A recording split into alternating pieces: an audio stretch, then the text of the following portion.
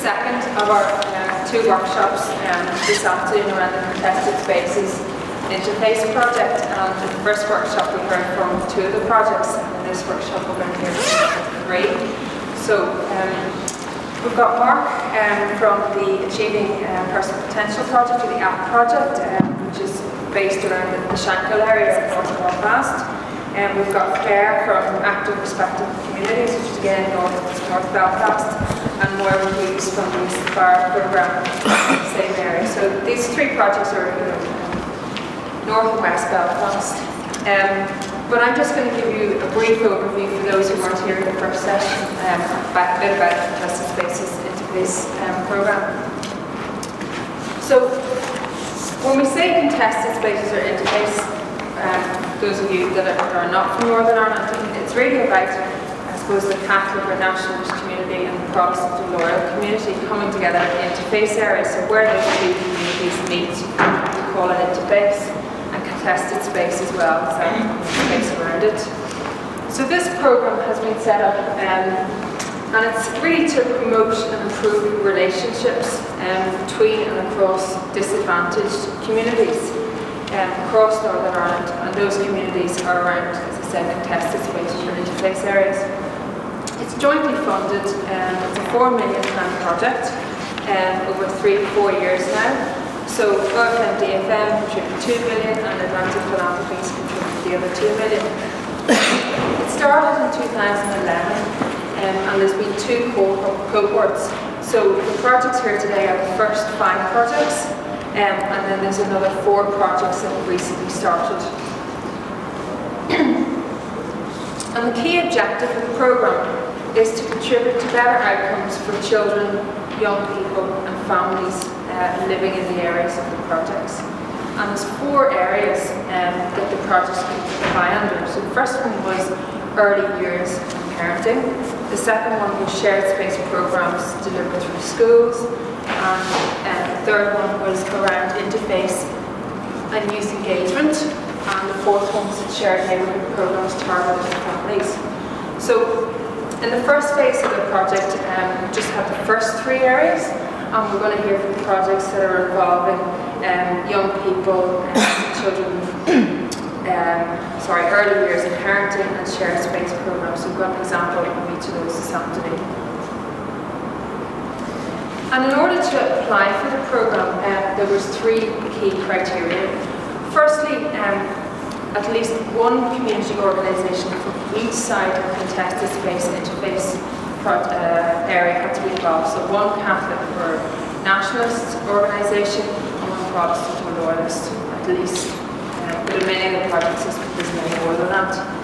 And the groups applying also have to operate within the top 20% most deprived wards according to the multiple deprivation measures in 2010. And the multiple deprivation measures are standard measures introduced in Northern Ireland to measure deprivation, and the latest figures are from 2010. And the third criteria was an organisation with proven capacity in delivering outcomes in focus areas, so around early years, around young people, around shared communities. So without further ado, I'm going to welcome Mark. Mark is from the Achieving Personal Potential project, which is run by the Shankill Women's Centre in North Belfast.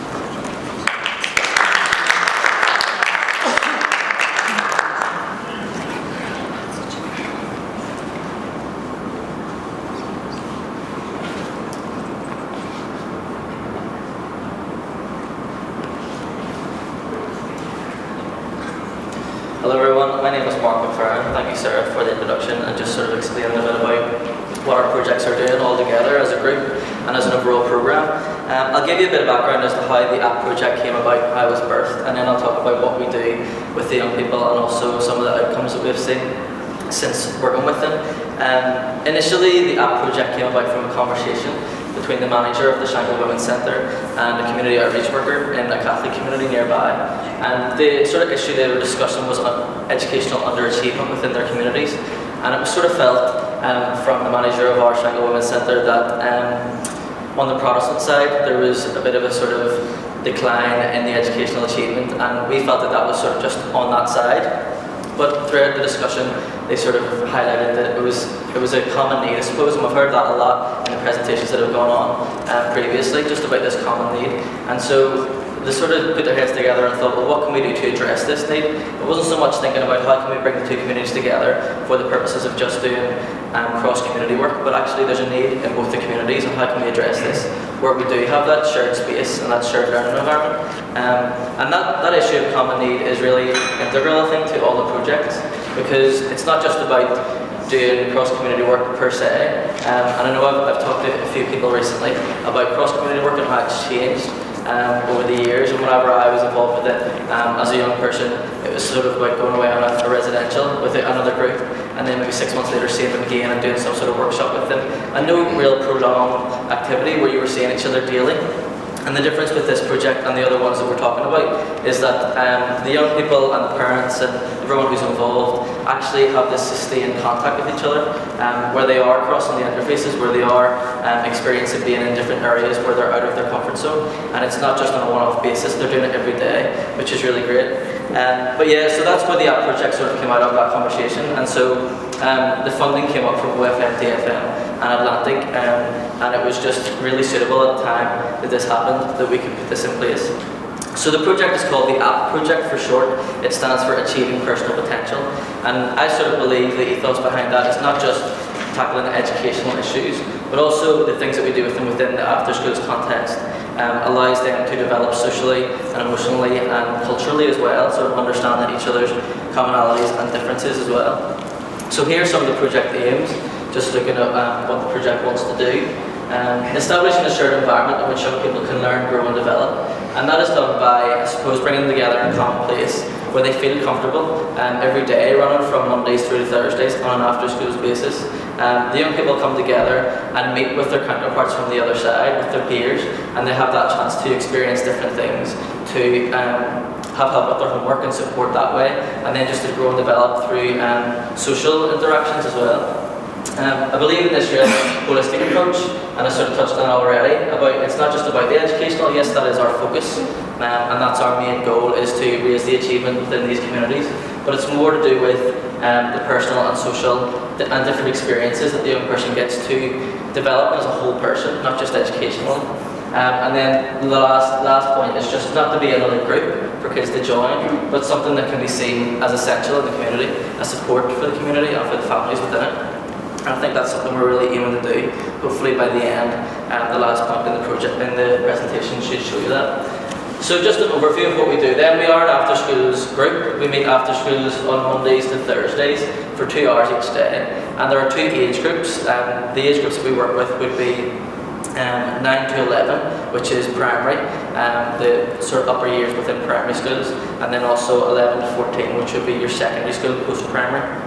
And that sort of developed since the project started, because we've seen the need for a support within the community during the transition period from primary to post-primary, something that the kids could have as a stable, I suppose, rock while they're going through that change, which is a big change in the lives of, if you think, 10 and 11-year-olds to go into that different environment. So this was something that could support them throughout that. We work within 4 different areas, so although I'm based within the Shackle Women's Centre and in the offices there, actually the programme runs throughout North Belfast, all in interface areas, most of which are highlighted by a dividing wall, but one of which I'm going to show you a quick clip from soon, actually is just divided by a mini roundabout, but the people within that community know that one side of the community is above that roundabout and one side is below it, so there's very real barriers, even if it's just in the minds of people within those areas. The 2 key age groups I've talked about, and the focus about education, engagement and new experiences, I'll come back to you in a second. I'm just going to show you a quick video from one of our areas. Just before I play this, it's quite a funny video. You'll see sort of one of the after schools clubs in action, and this is the area actually that is just separated by the mini roundabout, and you'll hear a wee bit about that sort of dynamic as well during the video. Skegnall, which is a largely Protestant unionist area, runs down towards the shore of Belfast Lough, and Glandore, which is regarded as mainly Catholic and nationalist, goes towards the Antrim Road. Skegnall comes from the Irish, means the Earl's Little Thorn Bush, after the Earl O'Neill. So the community centre in which we are based is called Thornbush. The after schools facility is a great asset as it allows parents to leave their children somewhere local where they know they're being looked after and are also having some fun. Just want to remind you of our contract. Okay? Now, the first one is when someone is talking, others should listen. It's important that you listen when Sarah and I are talking to you or trying to explain things to you. Homeworks must be done. Some of you are coming in saying I don't have homework, and you do have homework.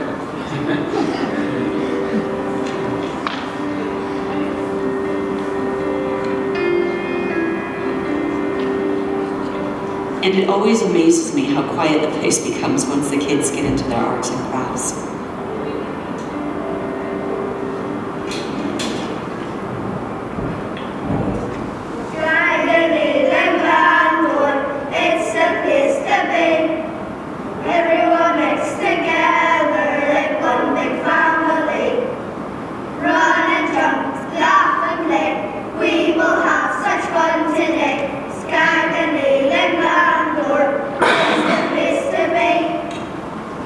Apologies for the top of that video, it must have got corrupted or something on the memory stick.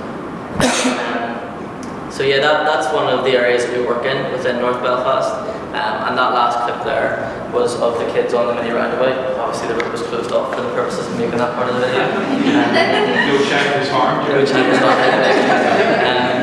But yeah, that's the sort of, it's a very, very small roundabout. You wouldn't really notice it because it's sort of on a straight part of the road. Most people drive through it without realising they've gone through the roundabout. But it's a real dividing point for that community, and the centre that they meet in isn't far from that roundabout itself.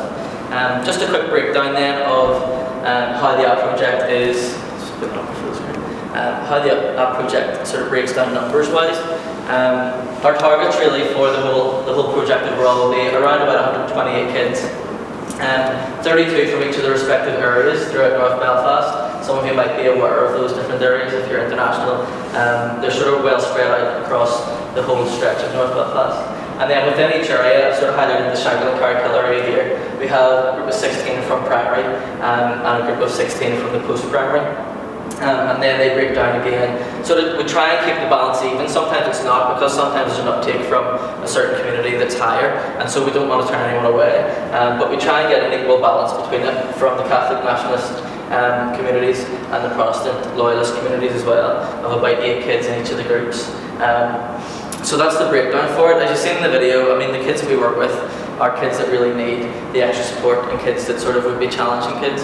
On the most part, there are great kids as well who are just there because they love it. But we do want to sort of provide it initially for those who in the deprived areas that we're working in, who would struggle within school as an extra support within the community. I sort of came onto the project in September of last year. Another girl was running it the year prior to that. And when I came onto it, I sort of had ideas of how I wanted to develop it. And Eleanor sort of talked a bit about how she wanted to bring in older kids to work with the toddlers to get that sort of peer connection and sort of the mentoring scheme. And I sort of had the same thoughts for the after schools, because I know that we only sort of stretch up to the age of 14, so I wanted to give older kids who wouldn't necessarily want to be involved in after schools themselves the chance to come in and volunteer with us, get some work experience, be able to put things on their CV or do work experience for things towards like Duke of Edinburgh and things like that, so they can come in and work with the kids and make that peer connection with them, and for the kids that in our after schools to look up to them and see, well, actually they've gone on in school, they're doing their A-levels, they're maybe going to go on to university, and they're doing things within the community now on a volunteering basis. And I'm thinking, well, I want to aspire to that as well, so giving the kids the opportunity to have that mentoring too. Engaging with the local feeder schools, I wanted to try and do that more effectively, and so at the very start of my post, I went out to the schools and I flyered and I talked to them about what we were offering within the community and how that could support the kids within their schools. And we hope to also develop that relationship with the schools where they can give us feedback on how the kids are improving educationally, whether it be through school reports or just individually saying, well, I know this kid's on the app project and they're outperforming people in their class or things like that. Encouraging our support staff. We have 2 support workers in each of the 4 areas, and they're with the kids every single day for the 2 hours, and they're with them for their homework time, and they're with them for the second hour, which we have different facilitation and workshops for them. And we wanted to encourage the support workers to really get involved more and enhance their sort of skills base as well, working with the young people, and even doing things like arts and crafts and stuff off their own back to develop their relationships with the kids, because I think that's vital. They're the ones who are on the ground working with them every single day, and for them to have that relationship and rapport with the kids is such a, I think, focus for us to have, because at the end of the day, that's the thing that's going to bring them back if they enjoy the people who they're spending their time with. And then to create more opportunities to build relationships with the parents. So we hope to do that as well, and we have a couple of ideas as to how we're going to go about that.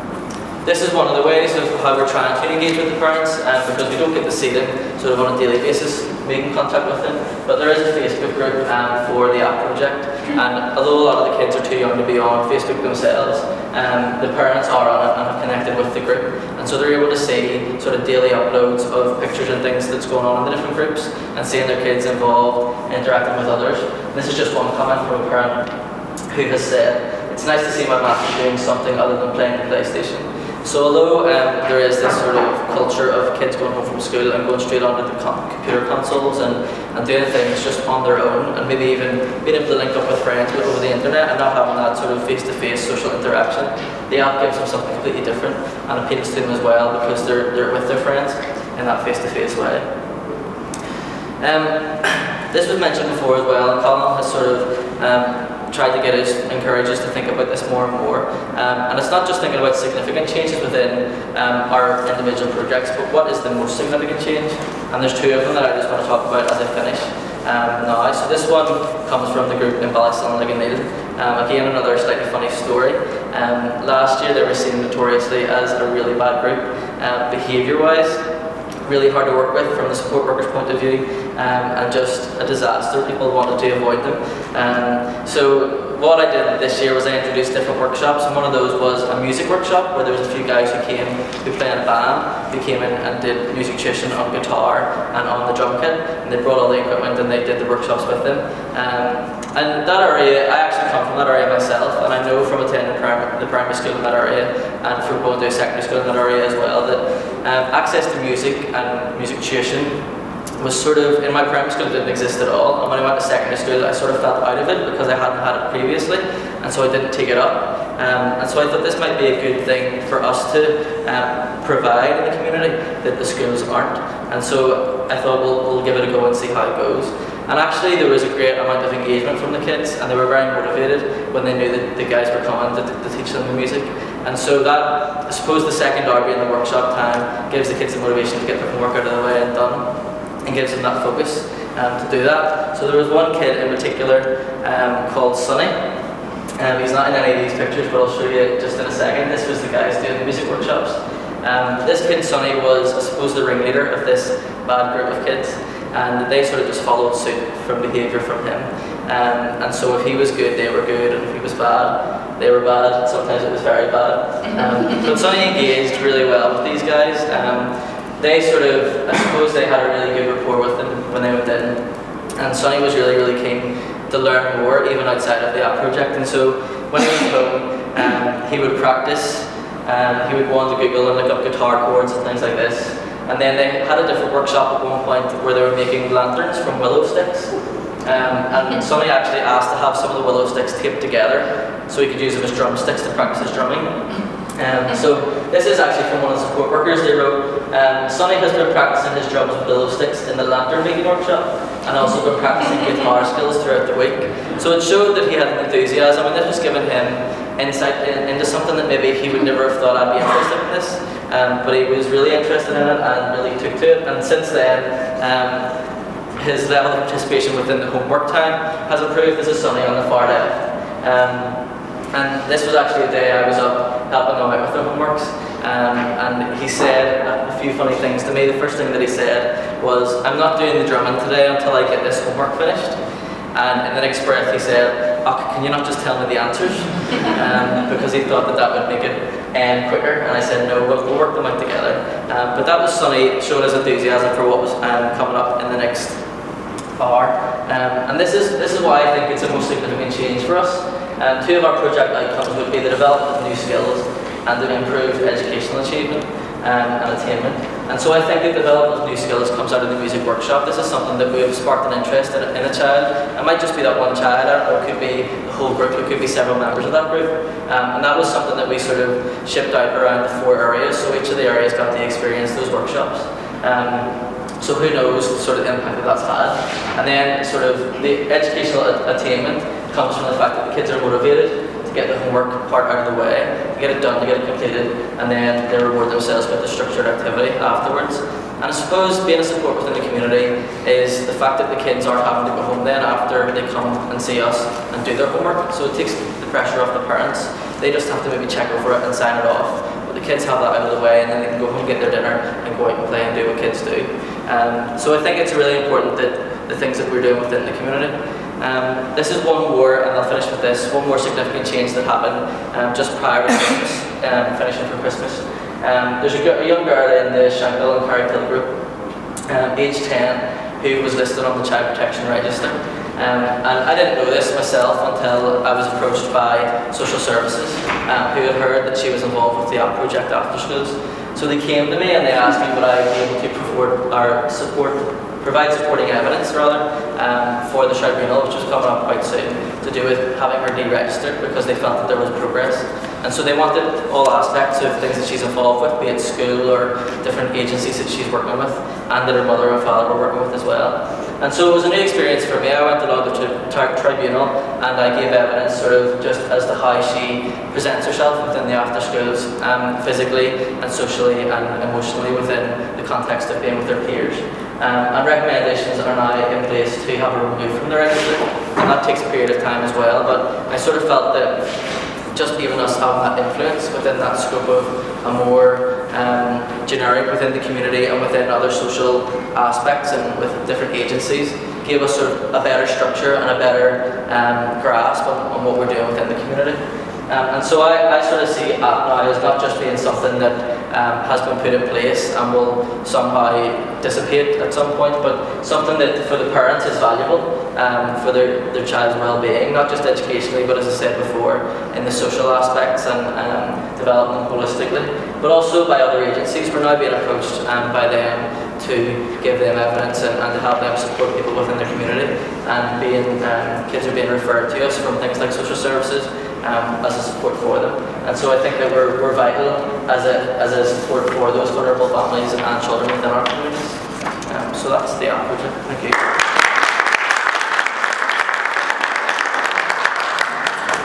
Thank you very much, Mark. We're going to take questions at the end, just after the 3 presentations, if that's all right. So I'd now like to welcome Claire. Claire's from the Active Respectful Community, or the ARC project, and again in Belfast. Okay, Josh. Oh, sorry, Lisa. That's all right, don't worry.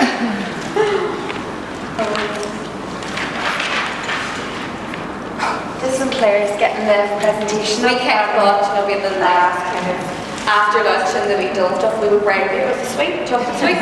So we have handouts of the PowerPoint links if you want to get it. And we're not going to be as evil as you can't eat the one sweet, you can eat it now, or you can have 2 if you want. Not like my fellows said from this morning. So I'm going to give a quick overview and start saying as Thursday, my name is Claire McFoy. I'm the project worker for the ARC project, which is Active Respectful Communities, all running time together. I'm going to give a brief overview of the project and the area, and then Lisa's going to look at more the project and the programs that we're running. The ARC project is a partnership program that was originally running with 4 schools last year and now 6 schools this year. It stemmed from a program that the 2 nursery schools had started themselves 16 years ago whenever the 2 principals met, and they have been working with a buddy scheme with children in each school, and they have paired them up and they would visit each other's schools and have class shares and go on trips. Community Relations in Schools, which is Lisa's the director of, came on board then 10 years ago. The nursery schools were 16 years altogether, and then they brought Lisa and Community Relations in Schools on board because they realised there were so many parents turning up to the events, and the parents was kind of standing about not doing anything. So it was a lot how can we engage parents So that's when they came on board, and then a lot of the parents have kind of been bombarding the feeder primary school saying, my children are doing this for a year, we're doing it for a year, we want to do more, can you do anything about it? So that's whenever the contested space money came about. It's like, brilliant, we can jump on board with this, because they are so close, but with the problem with access, how can we come about for it? Let's look at this here is just the 10th within North Belfast. For anyone who's not from North Belfast, as Mark was saying, it can be something as small as a roundabout. Like Mark, I'm from North Belfast, so I know once you get to that fence there, that's a Protestant or Catholic area. But if you don't know, there is still really stark divisions. And like here, it's kind of showing, like here, in the middle of the street is one. Here, in the Crumlin Road, it's kind of gate. So once you go through it, and it's so close, the school, you can walk through the gate here and down the road with the parents, but because that gate's closed, they can't. So it costs £150 for us to bus parents from one side to the other side. So that's why it's so good whenever the contested spaces money came about. North Belfast itself suffered the highest levels of violence in Northern Ireland throughout the whole Troubles. So that's why as well it's such a good area to try from such a young age to be getting on board and getting the cross-community programs running to try. And I suppose I think it was one of the ones that maybe Eleanor said earlier, the parents want a better life for their children than what they had.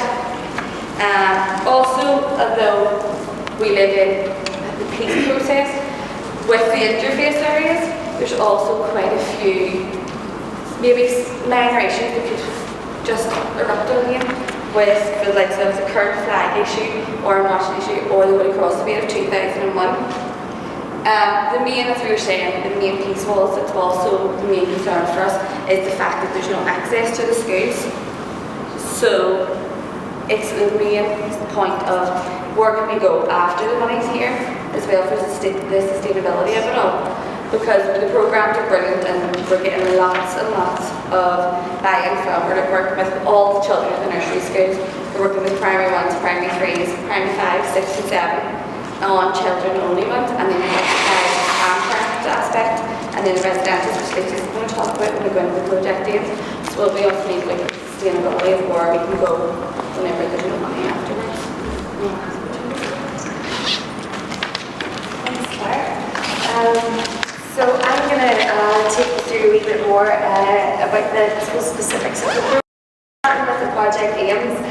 I suppose to say, first of all, in terms of the planning for this is very much done in partnership with the schools, the principals, but actually the feedback from the parents over the 10 years that, 9 years at that point that we were involved with them, and there definitely was a growing, I suppose, concern among the parents that all this work could stop, and I suppose their confidence had been built up and they felt that it would be a real loss if something couldn't be done to further the project into the primary schools and also create opportunities for, I suppose, parents to get together and have their voices heard in the community about, we do go into a lot about looking at the divisions and we explore those in sort of discussion workshops, but a big feed to the project as well is looking at what are the shared concerns. A lot of them, I suppose, coming out of the areas of multiple deprivation, so low educational attainment, I suppose confidence, teenage pregnancy. Now we don't delve into all of those, but the parents very much are looking at what is shared between the communities that is a commonality and that actually they would like to encourage some participation in, having their voices heard with local community development workers and politicians. So the project works on many levels, but first and foremost, in terms of project aims, we wanted to build relationships further between the schools as bodies, between the parents and the pupils, and to work towards common goals that have real and meaningful reconciliation outcomes. A big part of this project is, as we sort of constantly reinforce, is the work with the adults, whether they be parents, guardians, uncles, and actually quite a few grandparents we turn out to our programs as well. We want to encourage these lifelong learning, and we do this by offering community relations educational projects, so a lot of discussion-based projects where we get together in a room and I suppose share life experiences, what has brought people to a point where they're sitting in this room today. So looking at what's went well in life and what hasn't went well in life, life, and maybe, again, what stories do we share that bond us rather than just the things that divide us. There's lots of cross-community initiatives, different events, and then training programs as well, very importantly, where you are getting that regular contact. So in our project is a mixture of, I suppose, a few contacts in a year for a particular group, but then we've programmed with parents and pupils meeting on a weekly basis.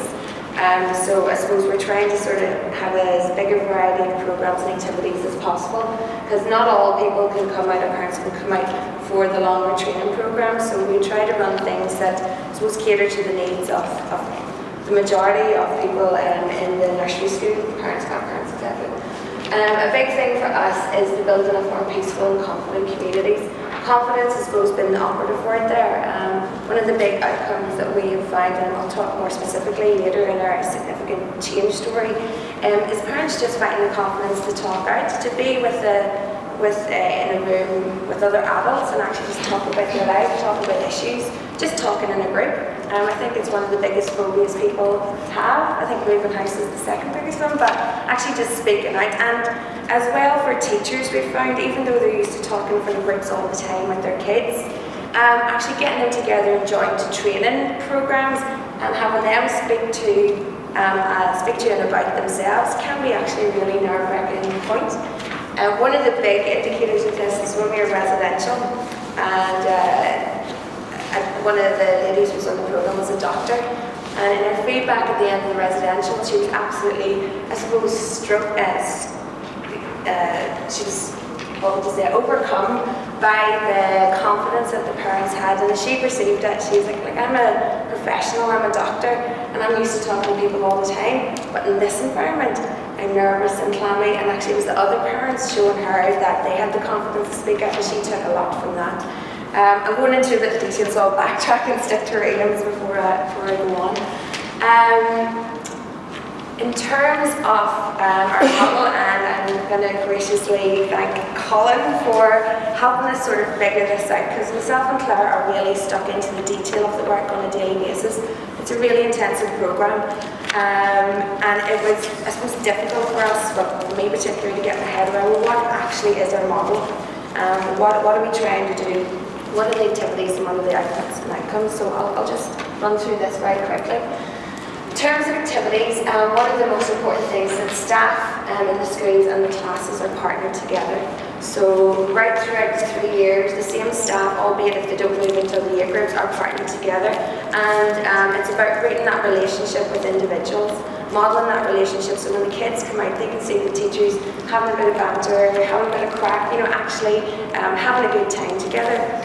As opposed to, as one of the ladies in the last group said, this trip mentality that I suppose used to be very common in cross-community schools work, where children would come out for an activity together, share a bus, but actually, there was a peace line in the bus, you could say, one school at the back, one school at the front. And I've seen it because I've worked in this where we supported some of that work for many years, but albeit our work was about discussion workshops. But you would actually see staff, and I don't think it was maybe consciously, but they would split and wouldn't really talk together during the workshop. They would take their kids outside of the room. So that modelling of good relationships and I suppose trusting each other we thought was integral to how this project should work. As I say, most of our work is built in around workshops and dialogue and interactive experiential learning activities. So learning through doing and experiencing and reflecting on that. All of our work in the schools is embedded within the personal development and mutual understanding aspect of the curriculum and citizenship, so PNMU. There's activities where there's parents and children doing work together, but crucially there's also activities where the parents, down to the bottom point here, dedicated programs for themselves. So on the back of your wee handbook there, you will see a wee flyer that details some of the programs offered only to parents and guardians of the children, because we thought it was important to back up what the children were doing in class and give the parents an opportunity to come together and explore similar issues, but also importantly to do things that they were interested in. So we would audit parents at the start of the year, and if they were most interested in picking up a new skill like photography, well, we would work to sort of get that in for them. Or if it was cooking, or if it was computers or literacy, we would make sure and really bring in whatever the most sought after needs were in terms of auditing and working with the parents at the very initial stages. As we've already mentioned, progression is a really key aspect of this, in that the programme starts in nursery and goes right from P1 to P7, and all of the themes and issues, as I say, are linked with the curriculum and follow that chart of learning. So, for example, in P1 we might look at friendship and what does respect for yourself and others look like. Nice, soft, gentle, I suppose positive learning experience for the kids at that level. But as we get up into the older groups, the kids are bringing up issues like going to the riots and the adrenaline rush that comes with that. They may not be involved, but they're certainly intrigued by what happens at the top of the road every year. So we would look at flags and symbols and identity, and I suppose encourage the children to look at the complexity of culture rather than this sort of very black and white sort of simplistic notion of them and us, and this is your flag and that's ours. So I suppose looking at the commonalities through flags and symbols, and importantly looking at our history as well, which is cited as an area in Northern Ireland that is, not handled the best across the board. Rather it's a head in the sand sort of approach to our shared history. In terms of our outputs, as Claire said, we work with 100% of the nursery kids, so 104 children every year are involved in very regular contact. So the schools would actually swap classes, and staff in one school will go and teach in another school for the day, and that happens on like a monthly basis. Sometimes there's sort of fun activities built in around that, but actually more often it's just about going and learning in each other's schools and crossing over the road and crossing into the other community. Alongside that, sometimes, but not always, we would have parent programs. So the school is actually like a learning hub in the community, and it's encouraging, I suppose, what's been cited in recent policy documents around education as a school being the hub of the community, and encouraging that school as a place of not just education for children, but education for their parents and families as well. It's about holistic learning. It's about, as Mark was saying, not just educational attainment, but social and emotional development. Personal development for parents is a big one. The rollout into the community, and I suppose the enriching of what the kids are learning in the class is a major, factor of the project. Last year we had 56 families participated in 3-day residential programs. That was 3 separate residentials where the kids and parents or grandparents or guardians do work together in the first day, day and a half, and then we very much split them off, and we do separate programs that are dedicated to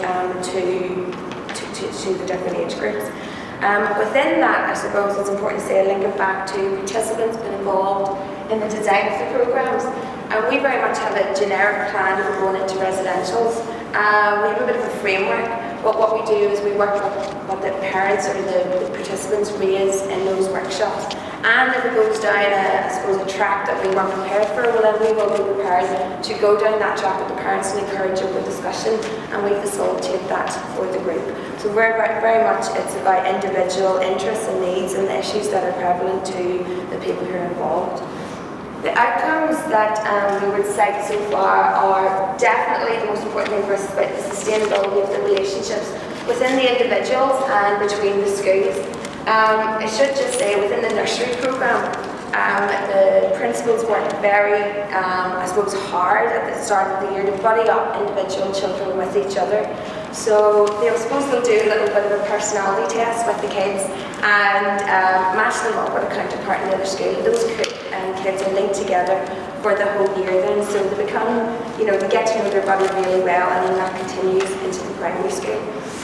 As I said, the outcomes in terms of home involvement, we're backing up some of the work that we do in the classroom with the parents. We've got some booklets here that we've got some we can give out for you to take away. We don't have one for everyone, but this is a booklet around looking at issues of symbols and identity. It was designed for teachers and practitioners in community relations, and actually the parents, once they seen it, wanted their hands on it after the residential experience, because they wanted to, encourage some further learning with their own kids at home.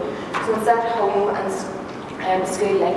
Normalising contact, again, really important, because these are areas where contact and crossing over the road, it doesn't happen that much.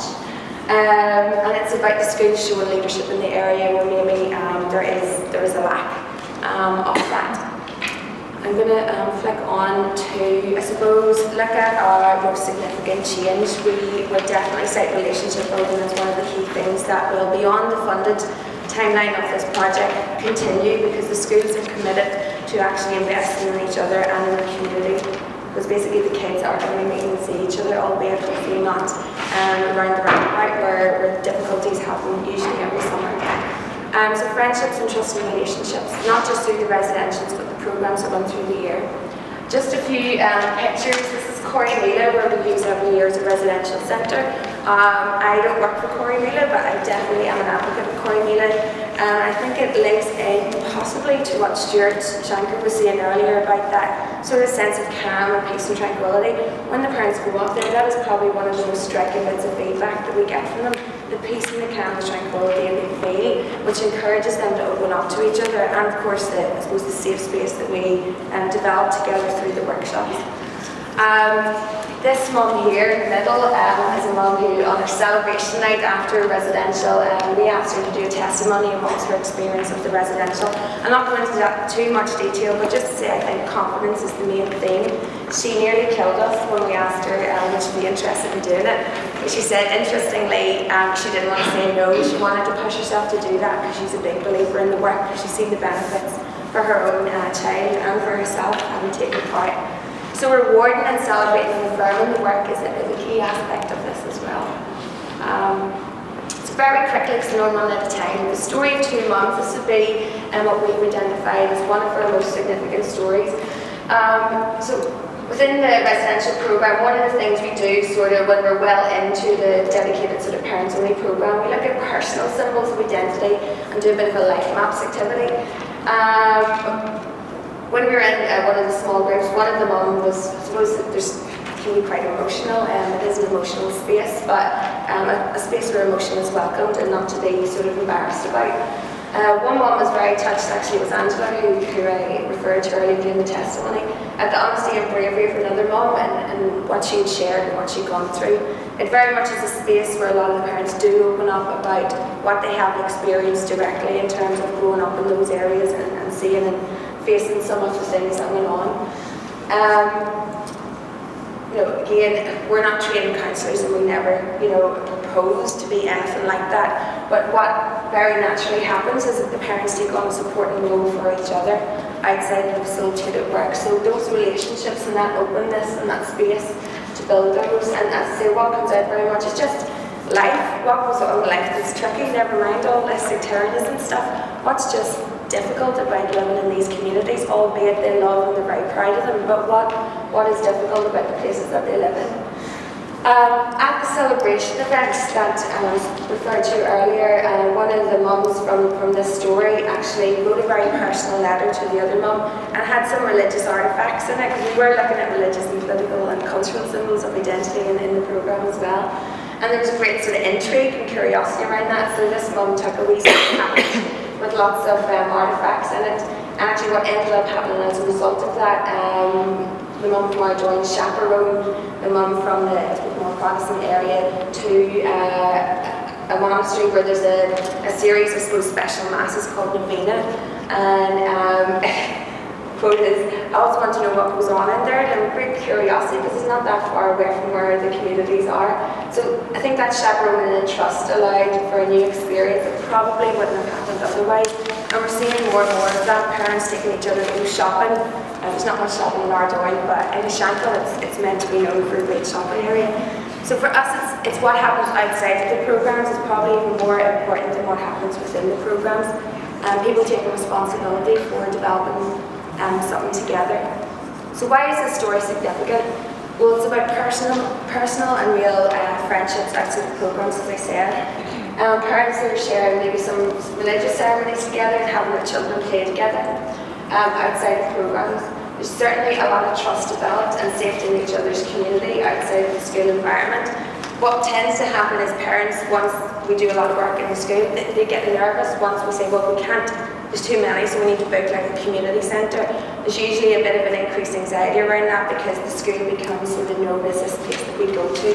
So it's about encouraging them maybe to use other areas in the community as well, and not just see the school as a safe place, but maybe the community as a safe place for them to be. And very much this is about, I suppose, a cathartic release for parents, recognising the issues they face are very similar, and it is more about what they have that unites them than what they have that divides them. Again, this is, suppose, taking some responsibility for their friendship, suppose meeting together and arranging social nights out. Colin got a good flavour of this on our celebration night. It was a wee bit of a, definitely was an energetic night. But yeah, parents going out afterwards and just sharing the city together, which is what I think we're all about, shared space, shared city. Yeah. In terms of sustainability, how we see this programme being sustained beyond a very generous funding package is the relationships between the Board of Governors, the senior staff, and actually all the staff in the schools, particularly the non-teaching staff, who are dedicated often to kids who are really, I suppose, suffering from different conditions, from behavioural issues, from emotional issues. So it's about engaging the whole school community, the whole school community approach. It's about sharing practice and resources with each other. So the school's already thinking ahead, going, okay, we can meet each other for so many times in the year. That gate is an issue because otherwise we could walk to each other's schools, but as Claire said, it's very expensive to walk around the back of the community and out on the other side. So looking at ICT and FaceTime and Skyping, there we go. Getting the kids to Skype each other, so actually there can be more meaningful contact outside of those face-to-face, albeit really important. We'd rather that to be the case all the time, but utilising ICT. So staff are going and training each other, just taking that off their own account, training the staff in the other schools so that we can prepare for post-March 2014 when the funding programme will stop. We've already mentioned the access issue of the gate. Not that we are advocates for putting in peace walls, because we think it's a massive piece of work and it involved, I don't live, well I do live inside a peace wall, but not that one. So it's not my call to say that gate should be open, but what the parents want to do is come together in a forum to say, listen, could we have that gate open for 15 minutes at 9 o'clock in the morning so we can walk through, and maybe at 3 o'clock so we can walk back, but not open the gates, because that's a massive, long, in-depth, very complex process. So we're not advocating that. There's some little quotes there, maybe I'll just let you read yourself, from focus groups that we did with parents there back in November. I think what gives the parents a sense of hope and confidence is that they are having, or what's been developed is a sense of belonging to shaping something better for their communities. And that is definitely regardless of background or economic situation or education or whatever, that is creating a bit of a drive where parents are having the confidence to go, get that community worker down here and get that politician, and we want to speak to them, so we're going to work with them to help them learn how a forum works and how they can sort of manage that system themselves once we are out of the picture. And what's we're really excited about is in April this year we're going to be launching a model of practice. We've been, I suppose it's a work over the last 10 years and the nurseries prior to that for 5 years, but basically how this model has come about, how it has spread into the primary schools, and actually what are the mechanics of it. What's the mechanics of it, what's the vision behind it, how is it operated. So we're going to be launching that in Belfast City Hall, and I can say that now because I just met it yesterday, we have that venue, in April 2013. So it's a massive night of celebration and success, and it will be very much about affirming the parents for their driving role within this process. And Colin, can we have 2 minutes to show you? No, actually 30 seconds. Yeah. Sarah? Sorry, I'm referring to Colin because he's usually the time whipper, so. As mentioned throughout this, it's brilliant, okay, that we can see what successes are coming out and we hear feedback from the staff and principals, but it's when you hear it from the horse's mouth that I think it's more meaningful and has more impact. So Holy Cross Nursery School recently was asked to, I suppose, put on a day where every school, like good school TV, Eastside TV, would come and film some of their work because they recently got outstanding in their inspection, their school inspection, and their cross-community work was highlighted as something that was very unique. So this is just a little snippet of what one of the principals had to say about that. If it works. Well, really the aims are about building relationships, really. I mean, Holy Cross Nursery School is in Ardoyne, Eden Nursery School is in the Shankill, and we're an interface area. And when we met, we thought to ourselves, well, you know, we're more important, you know, could you have a partner than in your neighbouring community to work with, you know, and our aims and objectives really are to improve relationships on a personal level between children and parents in both the schools.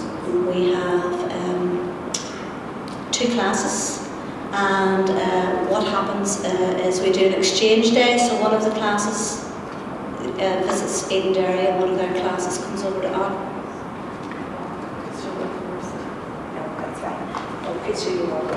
But if the links on your little handout, so if you want to see sort of a wee bit more, just a bit more detail about the current work and whatnot in there, you can have a wee bit for yourself. So thank you very much.